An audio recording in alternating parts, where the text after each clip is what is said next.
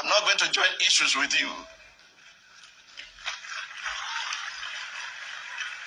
Fellow citizens, at the center of this political banditry is the motor park brand of politics, nurtured by the old brigade politicians, and in recent times by President Bola Ahmed Tinubu.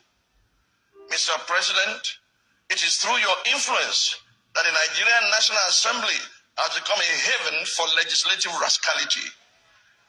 Mr. President, it's under your watch that the National Assembly has become an extension of the executive, grossly violating the principles of separation of powers and rubber stamping the whims and caprices of your office, all while singing the international anthem of sycophants. On your mandate we shall stand.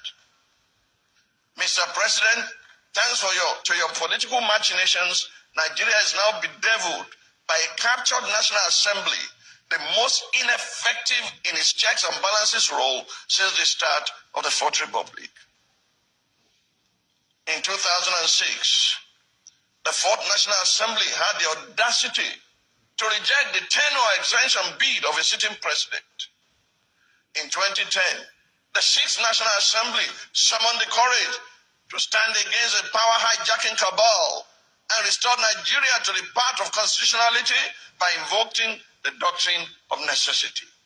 In 2011, the House of Representatives of the Seventh National Assembly had the courage to elect its leaders, as did the Senate of the Eighth National Assembly in 2015, defying executive interference.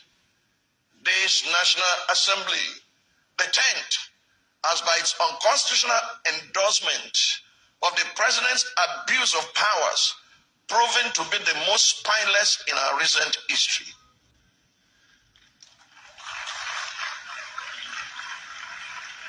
Through its actions and inactions, the National Assembly has in effect become the 48th member of the president's cabinet.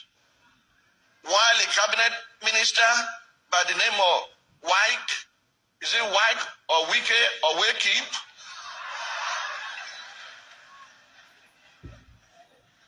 Why a cabinet minister has more or less become a third-time state governor in Rivers State, pampered by the indulgences of the president. Recent events have made it clear to Nigerians that had this assembly been in place in 2006, when the third-term agenda was proposed, our democracy would have since morphed into one of Africa's lamentable tales of sit-tight dictatorship. To the